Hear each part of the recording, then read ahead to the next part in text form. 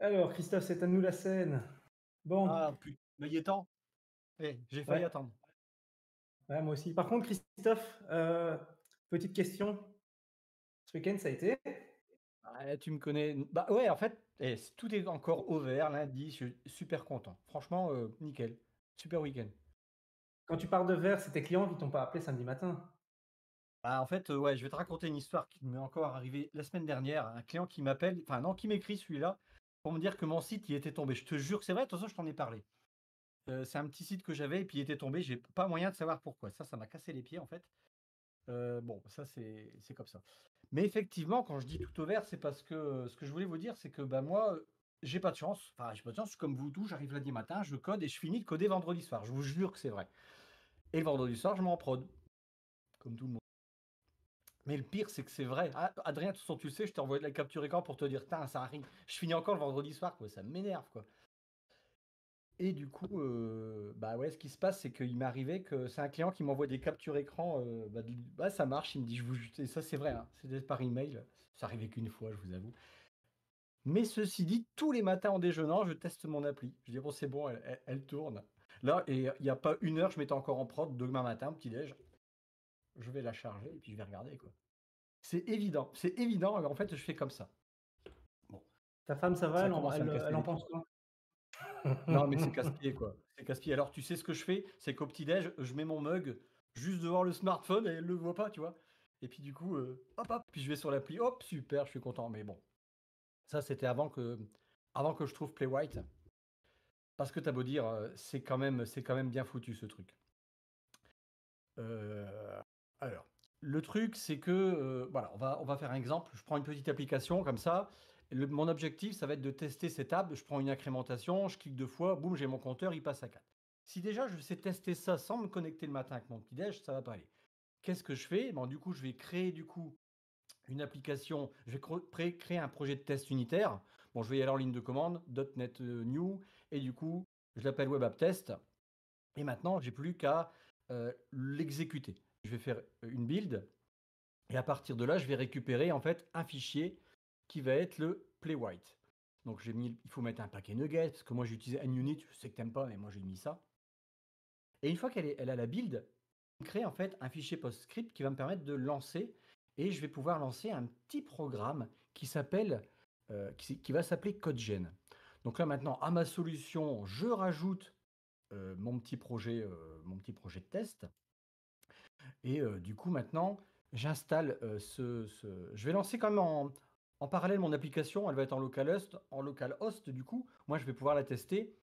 Là je vois, elle est dans le port 52-55, c'est parfait et maintenant je vais lancer ce que j'appelle CodeGen, qui est un petit utilitaire qui est trop génial, tu vas voir. Alors regarde, CodeGen, ça va être ce petit programme-là. Puis à gauche, bah, je vais exécuter mon programme qui tourne en arrière-plan, en localhost. Et là, le localhost 52-55. Voilà. Donc déjà, je vois qu'à la souris, quand je survole, c'est un peu comme quand j'ai mon outil de debug. Je vois que j'ai ce qu'on appelle des locateurs. À droite, j'ai plusieurs targets. J'ai quasiment plein de solutions. Moi, je vais choisir NUnit, c'est ce que j'ai pris. Et regarde, je vais cliquer 2 fois sur le bouton et à droite, faut avoir l'œil, mais en même temps, il me tape le test unitaire de ce que je fais. Tu vois? Et du coup, je clique 2 fois et après, bah, je vais pouvoir récupérer, en fait, ce petit bout de code et l'avoir dans mon aide-moi, dans mon projet de test. C'est ça. D'accord?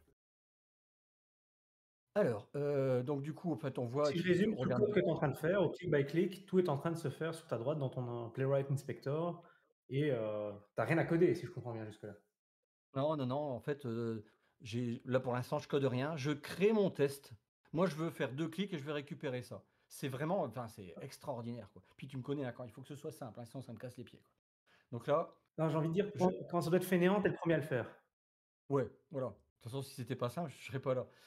Et puis maintenant, je peux écraser, je colle mon code et boum, j'ai mon test unitaire. Alors, moi, il faut quand même que j'aille récupérer dans ma page, ma page Razor, j'ai rajouté un ID, tu vois, sur le counter, j'ai rajouté ID, current counter, current count et du coup, là, maintenant, je vais aller le le vérifier. Donc, je m'attends à ce que cet ID, enfin, le contenu de cet ID soit égal à 4, 2 clics, hein. 2 plus 2, techniquement, ça fait toujours 4. Donc là, en fait, enfin, c'est expect et que tu remarqueras, petite parenthèse, que tout est async, hein, dans le truc, hein.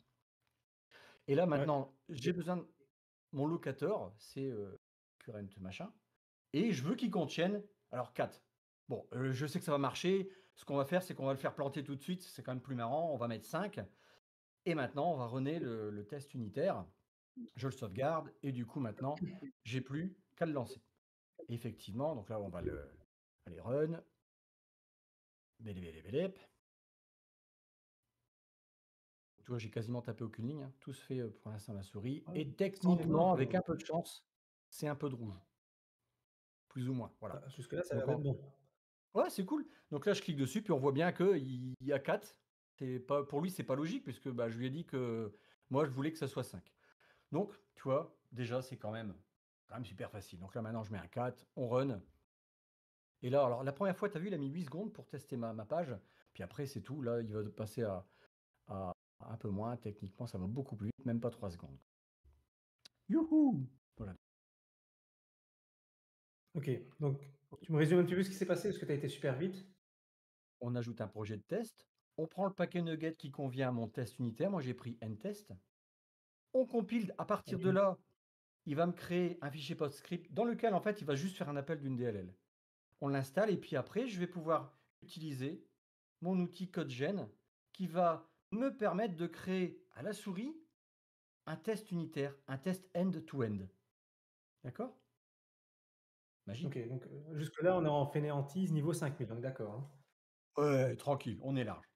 En fait, heu, l'architecture de Playwright, c'est une API qui va être unifiée pour les 3 navigateurs, enfin, les 3 navigateurs, il y a quelques-uns, mais les 3 principaux. Et ça va se baser, en fait, sur les DevTools, les outils de développement. Alors, il y a les protocoles de Chrome qui sont utilisés pour les 3 premiers, Firefox, Edge et Chrome. Alors, on est bien d'accord que pour Mac, il faut un Mac, il faut ceci, cela. Bon, du coup, on va utiliser WebKit qui va nous permettre de s'approcher au mieux, en tout cas, de ce qui est, du monde Apple en test. D'accord? Donc là, pour tester, en fait, par rapport à Safari où il faudrait vraiment, un Mac. Mais bon, j'ai pas encore les moyens, quoi, tu comprends? C'est pas facile, quoi. Ouais, je comprends, je comprends. Ah, je sais, ouais, je sais, Mais c'est pas simple. ouais, surtout avec leur nouveau Mac qui vient de sortir, c'est encore plus cher. Mais donc si je résume un petit peu, tout ce que tu me dis ici, c'est que c'est un protocole qui est mis en place. Là, on a fait du .NET, mais on est d'accord qu'avec avec Playwright, on n'est pas limité uniquement à du .NET. Il y a d'autres langages de programmation qui existent, qui sont permis dans cette stack technologique comme Node.js. Et si je résume un peu ce que j'ai vu dans la doc de Node.js, ben, il va un peu plus loin parce que Node.js, au niveau de tout ce qui est programmation JS, elle va jusqu'à avoir même un test explorer. Et ce test explorer va même être inclus par rapport à tous les toolings qu'on a l'habitude d'avoir. Donc voilà, moi, Jamy, je suis extrêmement satisfait de ce que tu m'as montré. Jusque-là, attendez 2 secondes. Mais lâche ma jambe, lâche ma jambe! Il a pris le facteur, le con. Ah, Euh, le con! c'est ça. Et donc, par contre, un truc qui est important et que j'ai pu lire dans la documentation, c'est qu'au final, il y a ce qu'on appelle de l'isolation au sein de Playwright. Et cette isolation, bah, c'est simple, c'est quand vous lancez votre test, il y a une box, une box qui est faite. On doit attaquer la box, c'est ce qu'on discutait tout à l'heure, via le protocole. Et à chaque fois qu'on va lancer un nouveau test, on va toujours avoir une box différente. On peut partager du contenu des contextes entre les différentes boxes, mais quand on lance un test, on a à chaque fois cette certitude que quand on va lancer une page, la page ne va pas avoir d'historique. On va faire des clics, il n'y a que les clics qu'on aura réalisés dessus qui vont avoir cet historique-là. Donc c'est super intéressant parce qu'ainsi on n'a pas d'effet de bord non plus. On n'a pas des effets liés au fait qu'on était déjà connecté, on n'a plus besoin de se reconnecter, on va devoir faire des liens qui normalement n'ont jamais dû être cliqués mais qui sont cliqués. Ça, c'est les problèmes qu'on peut rencontrer avec d'autres systèmes qui ne partagent pas ce principe d'isolation. Et donc, TOS, je t'ai parlé de langage, mais je crois qu'il y en a d'autres qui existent. Ouais, bah, comme tu vois, en fait, tu vas avoir, tous les langages officiels qui va être TypeScript, JS, Python, .NET, le Java. Mais en fait, il va exister d'autres langages qui sont faits plutôt par la communauté. Comme ici, j'ai listé, Rust, Go, Ruby, Crystal, Perl et cetera, en fait. Bah, viens comme tu es, ça fonctionnera, quoi. Donc ça, c'est quand même le côté C'est clair. pratique. Ça fait un peu McDo, hein, ce que tu dis. Ouais, j'ai cherché d'ailleurs la vraie phrase, mais je ne l'ai pas trouvée, et toi, dans la seconde, mais c'est pas grave. Tantôt, tout à l'heure, je suis bilingue, t'as remarqué? Je parlais Ouais. des locators. Et les locators, en fait, vous avez vu au survol de la souris, en fait, il va essayer de rechercher plus ou moins la meilleure façon de trouver un bouton. Parfois, il va se baser sur les ARIA roles. Vous connaissez les ARIA, ça veut dire Accessible Reach Internet Internet Application. Mais Application. bon, il va se baser là-dessus, sur les ID, etc. Donc ça, c'est extrêmement riche. Euh, Aussi, les assertions. Ça, c'est la slide d'après, si tu veux. Je pense que tu as été trop vite, mais voilà. Hop. Oui, c'est pas grave. Là, en fait, on va avoir un truc qui va être hyper fou. En fait, le truc, il est hyper balèze. Il va être capable de traverser le DOM dans tous les sens du terme, même en fait de vérifier le CSS ou de voir qu'un composant, il existe même une expected, enfin je m'attends à, est-ce que ce truc-là, il est dans mon viewport, tu vois? Enfin, c'est des trucs de malade, quoi. Enfin, vraiment des trucs de malade. Il y a même un truc qui Euh, est assez sympa. Alors, on parlait d'async await. Pourquoi est-ce que tout est async? C'est parce que dans Playwright, de base, naturellement, il va pour vous automatiser le fait d'attendre que quelque chose se passe. C'est pas à vous de commencer à dire, OK, je vais charger ma page, je vais mettre un thread sleep pour dire, je vais attendre 5 secondes pour être sûr que tout soit chargé. C'est lui qui s'occupe de le faire pour vous. Et c'est là où ça devient intéressant, c'est qu'on a plus, enfin, on vient vraiment à limiter tout le barda qu'on pouvait avoir avec, par exemple, SpecFlow et Selenium. Ça devient vraiment uniquement très lisible. Le code est facile à mettre en place. Et franchement, c'est un plaisir de mettre ça en place. Alors, il y a un truc sur lequel je voudrais revenir, qu'on a peut-être été un peu vite, c'est que on a la partie locator qui nous permet d'identifier des éléments dans notre DOM, en tout cas dans notre page. Mais lorsqu'on a nos éléments qui sont identifiés, on va pouvoir aussi exécuter des actions dessus. Et donc, il y a pas mal de choses qui existent dans ces actions. Donc, c'est par exemple de faire du clic, double clic, de savoir simplement de faire un check. Quand c'est un checkbox, on va remplir aussi par exemple des text input. On va pouvoir vraiment faire beaucoup de choses. Et nativement, ça couvre 99% de ce qu'on a besoin aujourd'hui. Alors parfois, il y a des cas un peu spécifiques liés à tout ce qui est mobile et autres, sur lesquels l'équipe de développement Playwright est en cours dessus pour essayer d'améliorer. Mais normalement, 99% des actions qu'on réalise sur le web sont couvertes par les méthodes qui sont présentes, en tout cas actuellement dans Playwright. Et donc, TOS, je ouais. pense qu'on peut encore aller plus loin dans le tooling de Playwright. Ouais, Qu'est-ce que ouais. tu en En penses? fait, tu vois le CodeGen que je te parlais tout à l'heure, il est encore trop génial. Regarde, ici, je vais tester le site. Par exemple, je vais lui dire, teste-moi un site web en 800-600. Donc, en fait, à CodeGen, je peux lui passer, je veux que la résolution 800-600, et puis tu vas me tester le site DevApps. Super site de podcast d'ailleurs, excellent. Boum, il se lance comme ça. Donc, en fait, à droite, on voit le code où il nous passe déjà le code si je voudrais moi-même après le faire comme ça. Ou après, je peux lui dire, OK, bon, ça super, je sais faire, du coup, je sais lancer un test dans une certaine résolution. Mais je peux aussi lui dire, ouais, non, mais tu vas me le tester, mais sur Firefox, ça va donner quoi? C'est formidable. Bah oui, évidemment, on a une seule API qui va être unifiée pour tous mes tests. Et bien, du coup, je vais lui lancer la commande avec -b, le browser. Attends, j'ai un petit décalage. Ouais, ça devrait être bon. Donc B, ça va me permettre de choisir par exemple FF. Vous connaissez FF, Firefox. Et là, du coup, boum, tu vois, il lance le navigateur Firefox. Alors là, je l'ai en visuel, hein. Et puis, ça me teste ce que je veux. Je peux aussi lui dire, tiens,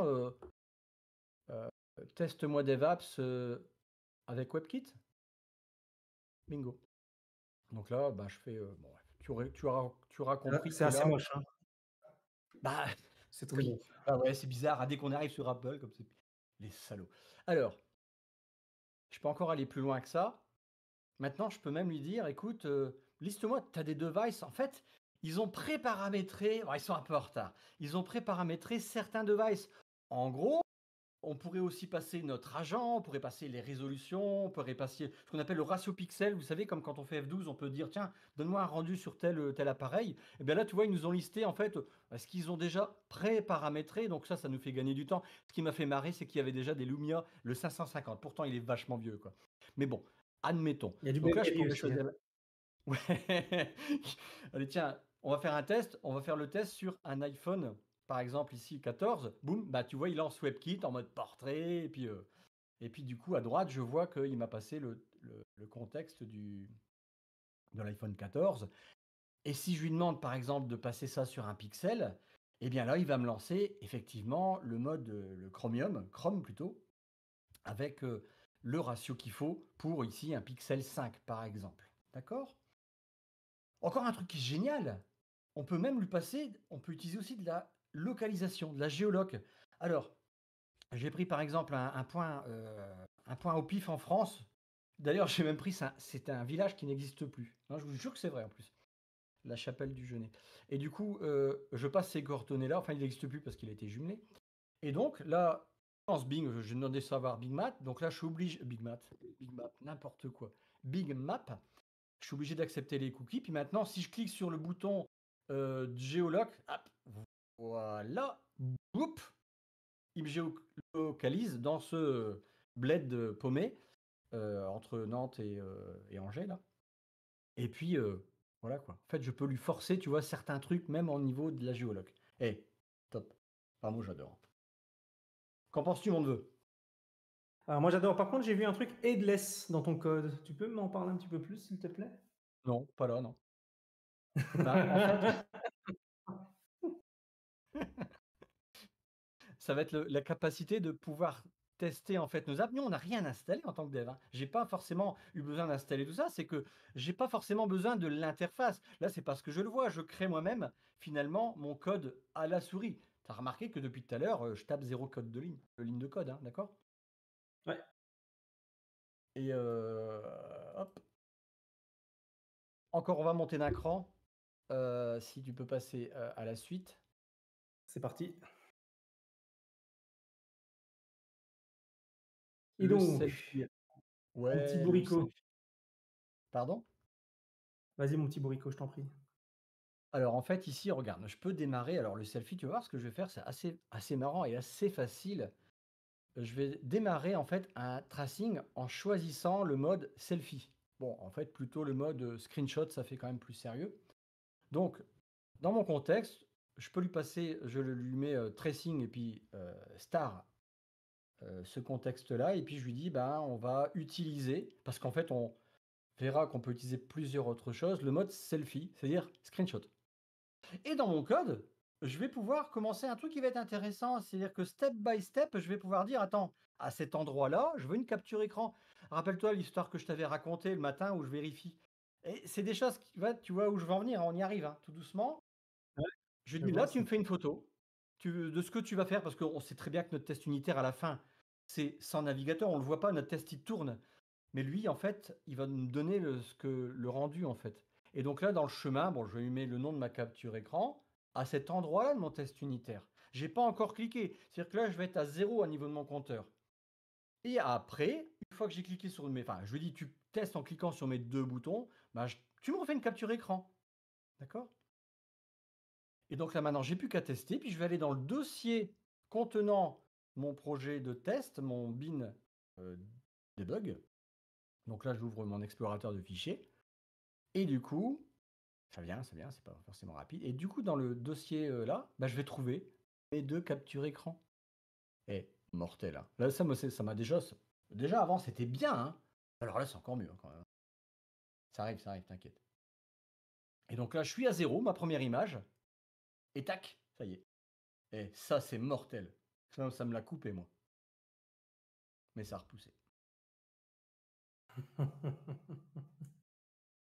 Et c'est OK. bien quand même. Par contre, là, tu me montres ça en mode, tout fonctionne bien, c'est la Ouais. grande vie, mais par contre, dans le monde des développeurs, il y a rien qui est rose. Comment est-ce que tu Ah bah, chez débugs moi, tout c'est ça, tout mon rose, tout va chéri? bien.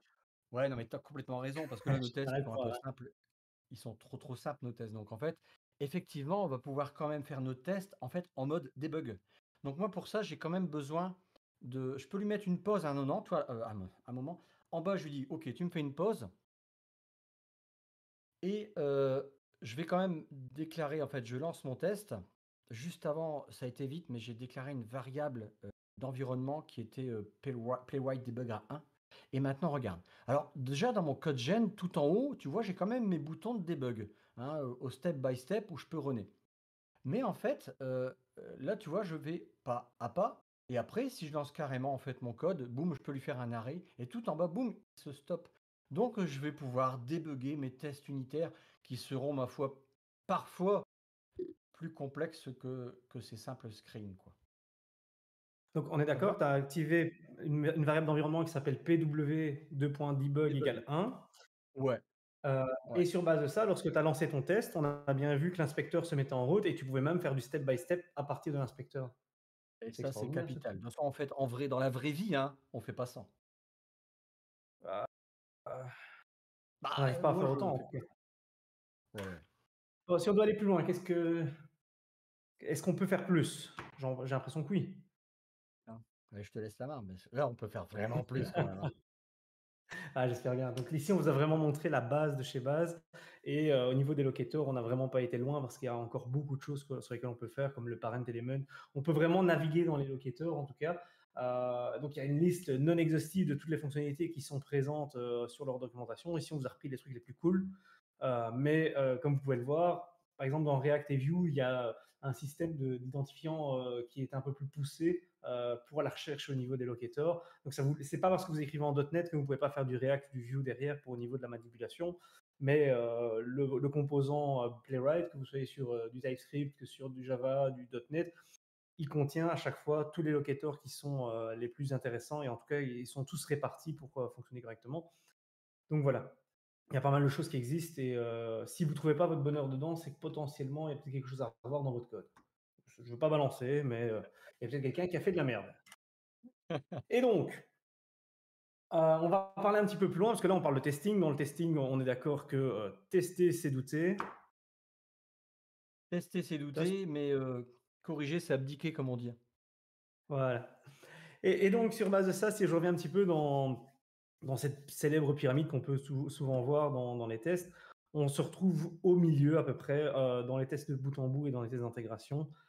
Ici, notre objectif de Playwright, c'est de tester dans un environnement qui est déployé quelque part. Sur sa machine, c'est cool, mais le mieux, c'est aussi d'avoir des feedbacks qui sont liés à des environnements, parce que Protos, clairement, quand tu déploies dans un environnement, ce qui t'intéresse, c'est de savoir si cet environnement fonctionne correctement, si potentiellement Ouais, il est moi, c'est stable, et moi, grâce à ce qui Playwright, on m'intéresse, peut moi, avoir, je teste pas. voilà. Et donc, grâce à Playwright, on peut se faire une idée de savoir que, en tout cas, d'un point de vue business et d'un point de vue métier, la structure qui a été développée, si à chaque fois on écrit des tests, tout ça est fonctionnel. Et donc, on va vous présenter un petit site qui s'appelle la Dev Rebuild de Nantes, sur lequel on l'a déployé dans 3 environnements différents avec plusieurs pages. Donc, on a une petite introduction sur l'intelligence artificielle grâce à un template de page. Et puis, on a finalement le planning qui apparaît. On a 3 environnements. On a un développement, on a un staging et on a une production, évidemment. Ces environnements-là ont un bandeau au-dessus qui ont des couleurs totalement différentes et ont les 3 mêmes pages. On ne va pas s'embêter trop au niveau du contenu des pages. Le site est disponible sur production-rebuild-rinanta.azure website, peu importe si vous voulez aller visiter. Ça ne rencontre rien d'intéressant, mais si jamais vous voulez perdre du temps, libre à vous de le faire. Et donc, le code est structuré de la sorte. Donc, on va avoir une partie liée au DevOps, une partie liée au test et une partie liée à notre code en tant que tel. Donc, au niveau du code en tant que tel, on a notre website qui est un simple website en ASP MVC. Il n'y a pas de Blazor. J'ai eu honte de le faire parce que TOS m'a tapé sur les doigts à ce moment-là. On a des Ouais, tests ouais. unitaires. Alors, mes tests unitaires sont extrêmement bien ficelés parce que finalement, je viens simplement à le jouer. Il n'y a rien de plus, rien de moins. Et vu que quand on joue et tant que ça ne plante pas, le test est vert. Et je vais avoir une partie test Playwright qui va se trouver dans un dossier un peu à part avec Playwright en MS Test, qui pour moi est la meilleure chose que NUnit finalement. Et on va avoir notre code qui est structuré avec ce qu'on appelle du. Attendez, je ne sais plus le nom. C'est du Page Model Oriented. C'est-à-dire que au lieu d'avoir, j'ai au départ généré tout notre système par comment dire, par Playwright, comme TOS l'a fait juste avant, mais j'ai encapsulé ça dans de l'orienté objet, qui me permet d'avoir une page avec les fonctionnalités que cette page a. C'est un peu vraiment, si je reviens un petit peu dans l'orienté objet comme on le voit à l'école, avec j'ai une machine à laver et j'ai des actions qui sont possibles dedans. Après, ce que ça fait dedans, par exemple le Goto, le Goto, on se retrouve simplement d'aller sur cette page-là. Dans mon cas, ça ne m'intéresse pas de savoir c'est quoi la machinerie, de savoir si j'ai cliqué ou si simplement j'ai entré une URL. tout ça est encapsulé en tout cas dans le code que je fais. Donc ça me permet d'avoir une meilleure maintenabilité et de pouvoir aussi repartager ce code, puisque finalement la homepage, je ne vais pas la tester uniquement pour faire un clic vers un bouton ailleurs, je vais aussi pouvoir la tester dans d'autres fonctionnalités qui sont disponibles sur la homepage. Et donc je vais avoir plein de fonctionnalités différentes que j'ai mis dans mon page model. Alors il y a un framework que j'ai vite développé pour les besoins du test, où je viens à créer des contextes, des page context, un page context helper qui me permet de faire tout ce qui est tracing. Le tracing, c'est comme Thomas vous l'a expliqué tout à l'heure pour la partie liée au screenshot. Mais j'ai été un peu plus loin au niveau du tracing. Dans ce tracing-là, je vais venir aussi prendre les fichiers qui sont créés. Donc ici, je vais faire au niveau du tracing la possibilité de faire du screenshot, des snapshots et aussi de récupérer le code source en tant que tel. Et je vais pouvoir aussi, je ne sais pas si j'en parle maintenant, oui, je vais pouvoir le créer, le fermer vu que j'utilise du start and stop tracing avec tout ce qui est MS Test, avec la partie, dans MS Test, qui va vite, dans la MS Test avec le test initialize et le test cleanup. Et au niveau du stop tracing, je vais aussi venir reprendre les traces, et je reviendrai un peu plus après sur la partie trace.zip, pour pouvoir enregistrer ce fichier-là. Toutes les ressources qu'on va utiliser vont être... tuerie. Ouais, ça c'est extraordinaire. On ne veut pas l'utiliser, mais c'est extraordinaire. On va rester jusqu'à la fin. Hein. Mortel. D'ailleurs. Et au niveau de tout ce qui est ressources qui a été créé durant les tests, donc tout ce qui est screenshot, tout ce qui est traces, tout ce qui est peut-être vidéo, on en reparlera après, vont être ajoutés dans notre test contexte qui fait partie de MS Test pour récupérer de pouvoir ajouter des fichiers dans nos tests contexte. Donc là, je vais rajouter les différentes ressources, les fichiers, et ça va me permettre de pouvoir les retrouver dans un autre endroit. Alors donc, on va faire un peu, et là je vais rentrer dans du niveau 300 parce qu'on va aller loin, on va faire du CI/CD au niveau du DevOps. L'objectif, ça va être de construire notre artefact et de le déployer dans 3 environnements qui sont l'environnement de dev, staging et prod. Tout ce qui va changer au niveau des différents environnements, c'est la partie liée aux variables. Et au niveau de la construction de notre website, on va simplement faire un .NET Restore du website, on va le construire, notre website, on va faire notre test, on va finalement récupérer les tests, tout ce qui est test unitaire de notre code, on va mettre ça dans un fichier, dans un dossier qui s'appelle le code testing. Donc c'est important, ici c'est code testing, et je vais publier mon fichier. En parallèle, donc là on va faire la publication de notre website. En parallèle, donc là c'était la partie website, je vais faire la partie build automated test. Donc je vais aussi compiler notre code de notre test Playwright. Ces codes, je vais aussi le publier. Donc là, je vais simplement récupérer l'exécutable et je vais l'utiliser comme artefact. Une fois que j'ai mes 2 artefacts qui sont disponibles, donc je vais avoir mon website et finalement mes Playwright tests, je vais pouvoir déployer par rapport à tous mes environnements les 2 artefacts. Alors, je vais déployer au départ le website. Donc ça, c'est ce que je vais expliquer maintenant, la partie website. Et je vais pouvoir aussi déployer, donc ça ici, je vais faire la partie download artefact, je vais prendre ce que j'ai téléchargé, je vais le publier vers Azure. Et une fois que c'est fait, je vais utiliser le route traffic step pour permettre de pouvoir overrider un comportement de test post-déploiement. Et ici, je vais lui dire, OK, je vais télécharger l'artefact. Le build d'artefact, pas dans ce cadre-ci, c'est la partie Playwright. Je vais extraire les fichiers dans mon .NET Test et je vais exécuter. Donc là, ici, je vais faire du replacement. J'ai fait ça un peu en mode barbare parce que j'ai utilisé un config.runSettings pour pouvoir paramétriser en tout cas les différentes variables de website et l'environnement dans lequel je suis. Je vais lui dire que j'ai besoin d'avoir du .NET SDK. Je vais installer Playwright parce que l'installation de Playwright, on a été un peu vite tout à l'heure. Je vais stopper ça. Merci. Je n'ai pas voulu stopper.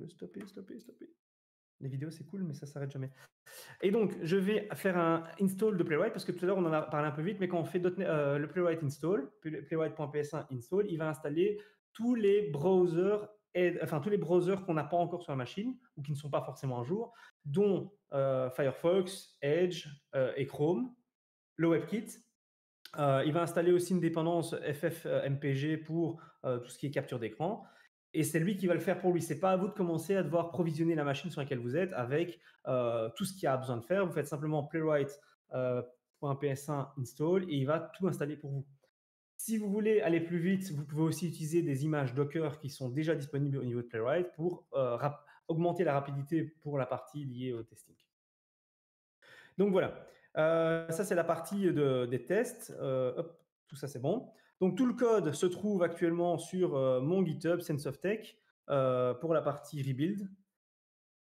Et tout ça c'est green. Donc c'est-à-dire que mon code compile. Donc jusque-là, aucun souci. Le code a compilé correctement. J'ai mes artefacts qui ont été créés. J'ai mes tests qui sont passés. Donc j'ai bien toute la compilation qui s'est passée correctement, comme je vous l'ai dit. Au niveau des artefacts, j'ai bien tous les tests qui sont passés. J'ai 2 artefacts, un pour la partie automated test et l'autre qui est la partie website. Donc c'est 2 artefacts différents. Malheureusement, automated test est un peu plus conséquent parce qu'il y a playwright dedans. Et donc voilà, ça m'a pris 1 minute pour le déployer, pour le builder. Donc là, maintenant, je me retrouve dans la partie déploiement d'environnement. Je vais télécharger l'artefact, je vais le publier au niveau du website et je vais avoir un website qui va être disponible sur dev-rebuild-nantes.azurewebsite.com. Une fois que c'est fait, je vais faire le déploiement, enfin la partie testing de Playwright. Donc là, même chose que ce qu'on a dit tout à l'heure, on va aller chercher toutes les ressources de l'artefact. On va venir au niveau de l'artefact récupérer le .NET SDK. On va installer tout ce qui est Playwright et on va lancer. Donc on installe les différents plugins qu'on a besoin et on va lancer l'exécution de nos tests via .NET Test. On va publier ces résultats en disant voilà, il y a 2 résultats qui ont été faits. Et voilà, c'est magique. Mon run a été fait et j'ai bien les tests qui sont passés au niveau de mes environnements.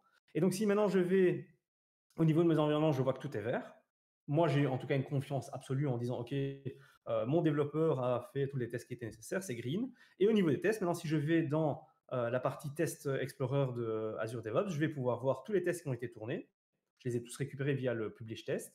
Et si je vais dans un test, donc, c'est parce qu'on ne voit pas en dessous, mais il a montré il a montré que le test était bon. Je peux récupérer. Par contre, c'est dommage parce que je n'ai pas vu les tests. Non, tu ne veux pas les montrer? Ok, je vais peut-être vite montrer un truc sur mon PC alors. Parce que la vidéo a été trop vite. Alors, est-ce que vous voyez mon écran correctement? Tu vois mon écran? Le partage. Ah, ça a coupé. Je vais remettre ça tout de suite. Alors, pourquoi ça a coupé le partage?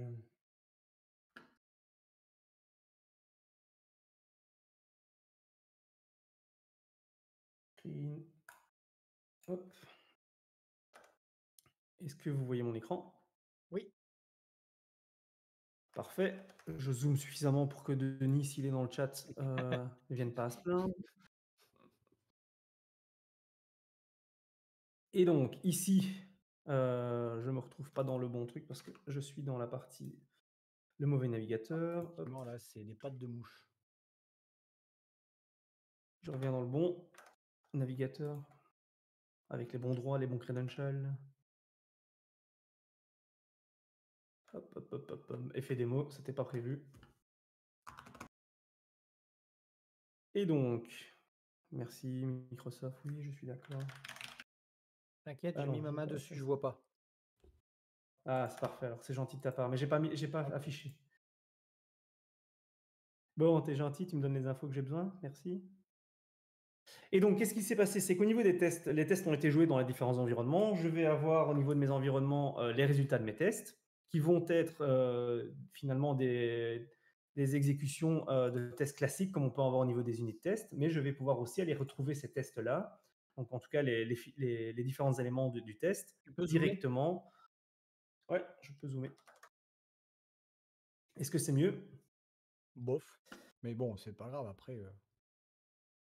Je ne sais pas faire mieux là, parce que sinon, on ne verra plus grand-chose. Et donc ici, au niveau des tests, si je clique sur un test, je vais avoir notre test qui a été exécuté et je vais avoir aussi des attachments. Et dans ces attachments, je vais retrouver les captures d'écran qui ont été faites. Donc ici, vous pouvez voir que j'ai la capture d'écran au début. Après, il y a eu un clic qui a été fait. J'ai scrollé vers le bas, j'ai fait une capture d'écran. Et au final, j'ai été sur la dernière page et j'ai fait une capture d'écran uniquement grâce au locator d'un ID. Donc ici, au niveau de l'ID, je lui ai dit, OK, prends-moi la capture d'écran qui était faite. Et donc, ce qui me permet de voir au niveau de mon summary, et c'est là où ça devient intéressant, que j'ai 100% de tests qui sont passés à la fois dans la partie build, dans l'environnement de dev, dans l'environnement d'acceptance, avec des checks qui ont été faits pour me dire est-ce qu'un utilisateur est d'accord ou non d'accepter ça, et finalement que les tests en production ont été faits de façon efficace derrière. Alors un truc assez intéressant, c'est que j'ai aussi rajouté, comme on vous l'avait dit tout à l'heure, un fichier de type trace qui se trouve ici. Et donc, je peux télécharger le fichier de trace. Et je vais revenir dans les slides maintenant, parce que ce sera plus facile de vous remonter les slides. Hop. Alors, monsieur des slides, où es-tu? Où es-tu? Naturellement, j'ai PowerPoint qui déconne. C'est la Est-ce que partie, vous tu la voyez mon frappes pas, écran? celle-là, c'est la partie la mieux, voilà. Voilà. Et donc là, j'ai téléchargé le Playwright et je vais sur trace.playwright.dev. Je viens faire un gentil drag and drop de mon fichier et là, je récupère toute l'historique de mon test. Donc tout ce qui s'est passé dans mon test, je vais le retrouver dedans avec la console qui va me donner les erreurs, avec tout ce qui est network, avec le temps, la duration des requêtes, tout ce que j'ai dû télécharger. Et à chaque fois qu'il y a eu un événement, je vais avoir la mise à jour de toutes ces informations-là. Et l'élément qui est extraordinaire, c'est que je peux à nouveau faire du debug à ce niveau-là en allant chercher un locator. Donc là, comme vous pouvez le voir, j'ai le site web qui est utilisable, consultable en soi.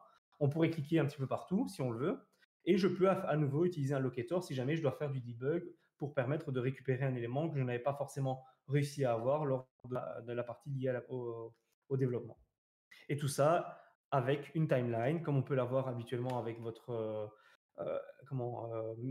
développeur tool dans votre navigateur. Donc voilà, Monstrueux.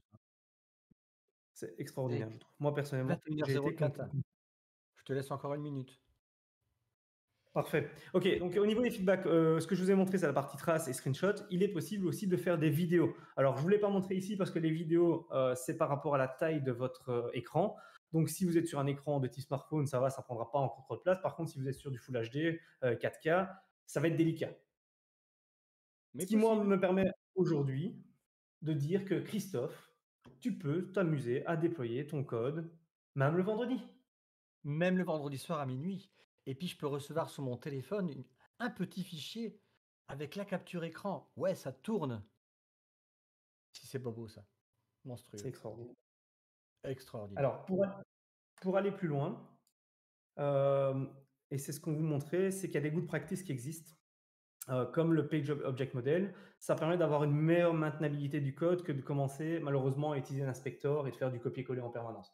C'est bien, mais à un moment, l'inspector va juste générer du code par rapport à votre application ASIS au moment où vous faites le code.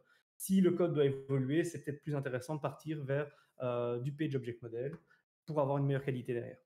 Quelque chose sur lequel il est important de voir aussi, c'est que ce qu'on n'a pas discuté avec vous, c'est que Playwright, c'est nouveau sans être nouveau.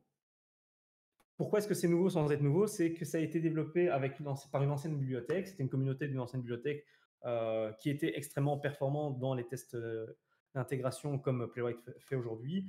Et malheureusement, il y a eu une petite discorde entre différentes personnes de l'équipe. Et finalement, il y en a qui sont partis sur un nouveau projet qui s'appelle Playwright, les autres sont restés sur le projet. Et Playwright est assez neuf, mais par contre a l'intelligence et l'expérience de l'autre outil. Et c'est là où c'est assez intéressant et c'est pour ça qu'ils sont arrivés rapidement sur le marché. Tu veux pas Et nommer la Pepperty, c'est ça? Comment? Tu ne veux pas nommer Pepperty ou quelque chose comme ça, Non, non? parce que c'est l'expression de le dire en français qui m'embêtait un peu dans ce cadre-ci. Donc je n'osais Non, mais pas je le dire cherchais, correctement. mais en gros, ce projet-là, il est quasiment plus développé et au pire, si on l'utilisait, je sais que dans la communauté de Playwright, il y a un gars qui a fait tout un tuto de migration en nickel, même en français et en anglais. Donc, au cas où. Donc si les gens veulent migrer, ils peuvent le faire. Et ce qui est intéressant aussi, et c'est parce qu'on parle de .NET 8, c'est que le projet est extrêmement bien maintenu par Microsoft. C'est d'ailleurs Microsoft qui est un des principaux contributeurs aujourd'hui. Il est utilisé quand même en interne chez Microsoft. Et une nouveauté qui est arrivée récemment, c'est que il y a un service Azure, Playwright, qui vous permet de faire des tests en remote. C'est-à-dire que vous avez votre test sur une machine Et vous pouvez dire, OK, ma machine n'est pas assez puissante, je voudrais utiliser la puissance du cloud d'Azure pour faire runner les tests. Donc, votre machine va devenir un orchestrateur de runner de tests à distance. Vous allez dire, OK, je veux utiliser 15, 50, 200 workers.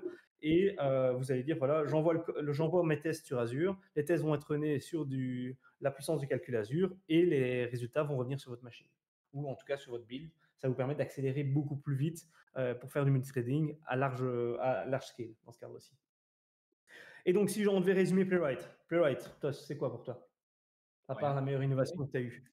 À part c'est que la meilleure innovation qui m'évite des problèmes familiaux. Non, non, mais heu, c'est tout. C'est franchement, c'est un truc à faire. Là, justement, il y avait une question dans le YouTube.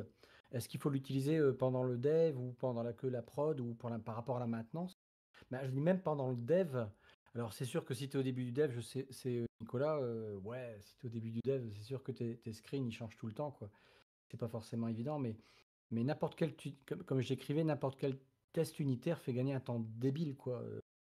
Tu pas besoin de relancer toujours ta solution à chaque fois et vérifier qu'un bouton, Et il passe au vert, parce que tu as cliqué dessus, mais rien que ça, c'est un gain de temps, en fait, pour des et puis c'est une sérénité, hein, je veux dire de boum, tu cliques, OK, ça passe et puis, bref, non, tu peux même Playwright, aller dans la partie, c'est là que ça devient intéressant, c'est que tu peux même faire du BDD, du Behavior Driven Development avec Playwright, où tu viens écrire tes tests avant d'écrire ton code business, ou en tout cas d'écrire toute la fonctionnalité que tu veux avoir.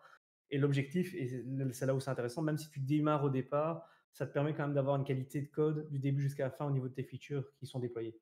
Et ça, mais tu sais, pour moi, Adrien, c'est j'ai cool. vu, on voit quand même beaucoup de boîtes qui font pas de tests unitaires, hein. Moi, ça me Non, choque, hein, franchement, hein. C'est fou, c'est fou. J'ai l'impression ils ont l'impression de perdre du temps. Enfin, je comprends pas, moi. ah, bah, c'est toujours la même chose. On n'a pas les fonds, on n'a pas les budgets pour les tests unitaires. Et après, quand Ça, ça crache en prod, on l'a dans si on a l'os. ouais, ouais, non, mais si on n'a pas les budgets pendant le développement, on va le payer après, quoi.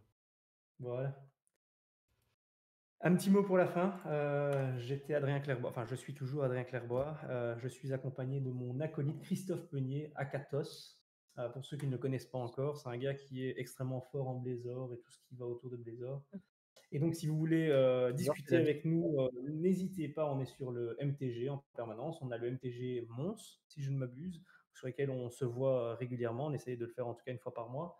On est tous les deux Microsoft MVP et c'était un plaisir en tout cas d'être avec vous aujourd'hui.